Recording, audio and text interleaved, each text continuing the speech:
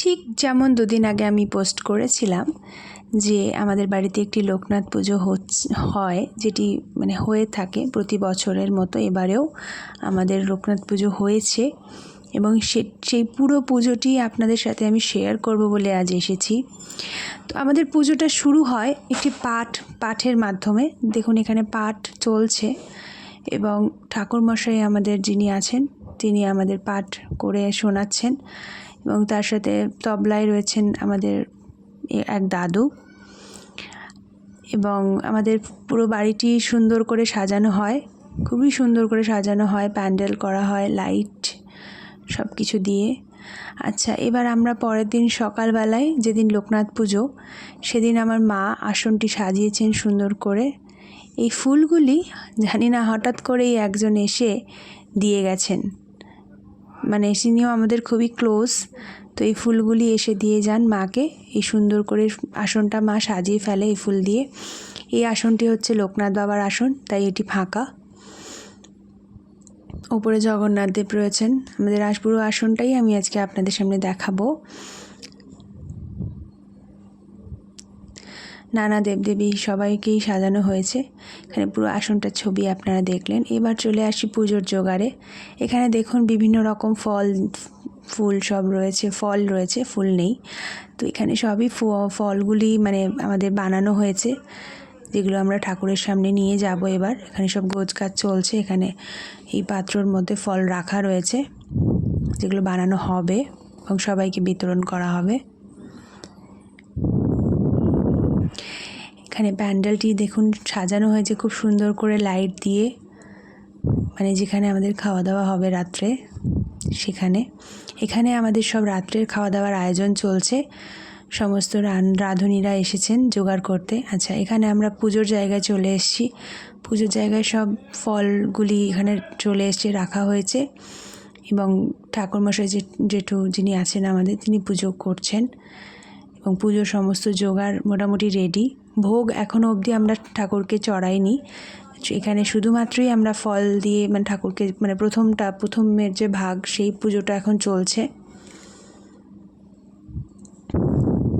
যেটি লোকনাথ বাবার খুব প্রিয় মিষ্টি আমৃতি, সেটি দেওয়া হয়েছিল এবং তার সাথে আরও অনেক মিষ্টি ফল সবই দেওয়া হয়েছিল। আচ্ছা, এইটা হচ্ছে আমাদের বাড়ির একটি প্রচলিত প্রথা, মানে যে লোকনাথ বাবার স্নান, যেটি আমরা খুব ভক্তি সহকারে সবাই মিলে করে থাকি, বাড়ির সবাই মিলে খুব মজা করে। এটি আমার বাপি, যিনি পুজোটা মানে করছেন, মানে লোকনাথ বাবাকে স্নানের অভিষেক করানোর আগের মুহূর্ত, বাপি এবং মা। এবার এনারা অভিষেক করাবেন, লোকনাথ বাবাকে অভিষেক করাবেন এবার। এই যে লোকনাথ বাবাকে অভিষেক করানো হচ্ছে, তার সাথে আমাদের গৃহদেবতা গোপালকেও করানো হচ্ছে। ছোট্ট গোপাল, নতুন গোপাল যিনি আমাদের, তিনিও এখানে রয়েছেন। আর বড় গোপাল যে সে তো আসনেই রয়েছে, আপনারা দেখতে পাচ্ছেন। এই যে মহাদেবও আছেন তার সাথে, মহাদেবকেও করানো হবে অভিষেক। এই অভিষেকের যে পার্টটা, এটা আমার খুবই প্রিয় লাগে, জানি না কেন, খুব ভালো লাগে। মানে একটা দিন অন্তত আমরা মন ভরে ভক্তি সহকারে মানে সমস্ত দেবতাকে আমরা যে অভিষেক করাই, খুব ভালো লাগে এটা। আচ্ছা, এই আসন সাজানো হয়ে গেছে কমপ্লিট।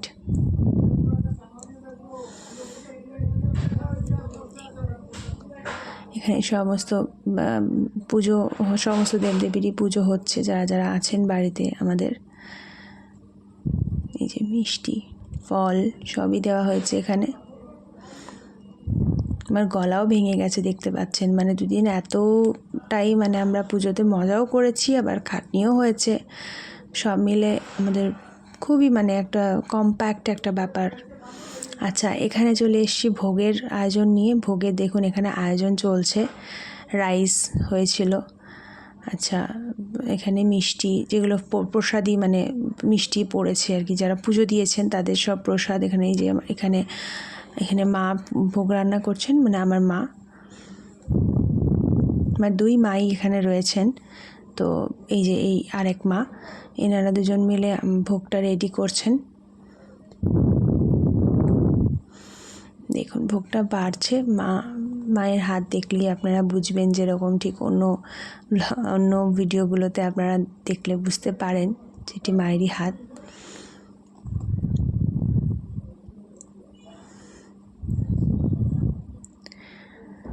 এই ভাতটা এবার সুন্দর করে থালাটা সাজানো হবে, তাই মা প্রস্তুতি নিচ্ছে।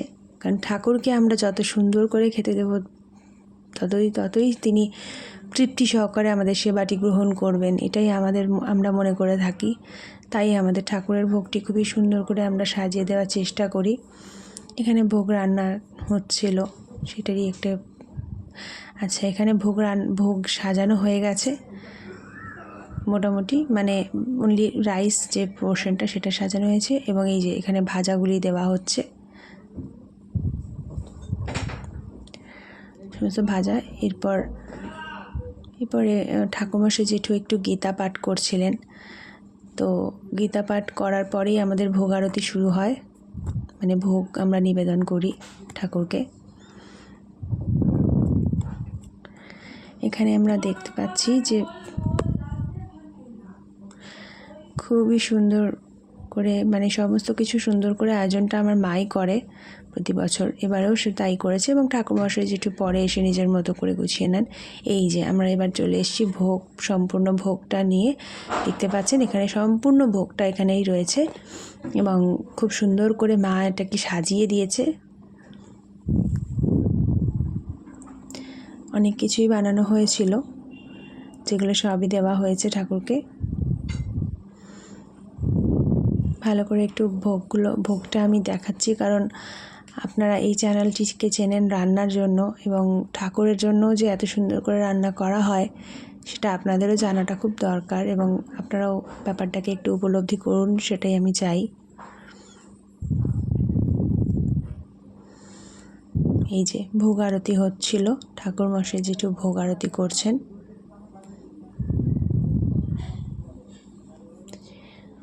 পঞ্চপ্রদীপ সহকারে ভোগ আরতি চলছে আমাদের।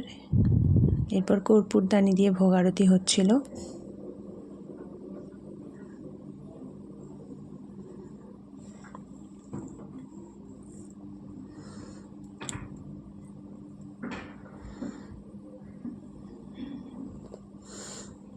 এই পুজোতে আমরা প্রত্যেকেই খুব মজা করে থাকি, এবং প্রত্যেকেই আমরা খুব মন দিয়ে এই পুজোর জোগাড় করি, এবং চেষ্টা করি পুজোটি যত দিন যায় ততই যেন আরও ভালো করে আমরা করতে পারি। ঠাকুরকে যতটা সম্ভব আমাদের যা কিছু আছে সব কিছু দিয়ে আমরা নিবেদন করার চেষ্টা করি, এবং আমাদের ঠাকুরমশাই জেঠুও ভীষণ সুন্দর করে পুজোটি করেন, খুবই যত্ন সহকারে ভক্তি সহকারে পুজোটি করে থাকেন।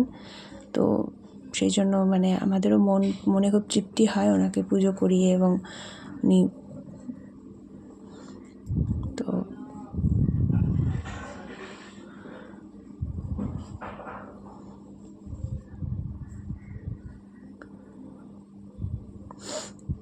আচ্ছা, এখানে একটু ভোগের ছবি এবং ঠাকুরের কিছু ছবি আমি দেখাচ্ছি আপনাদের। এই যে এবার হচ্ছে আমি সন্ধেবেলার আয়োজনে চলে এলাম।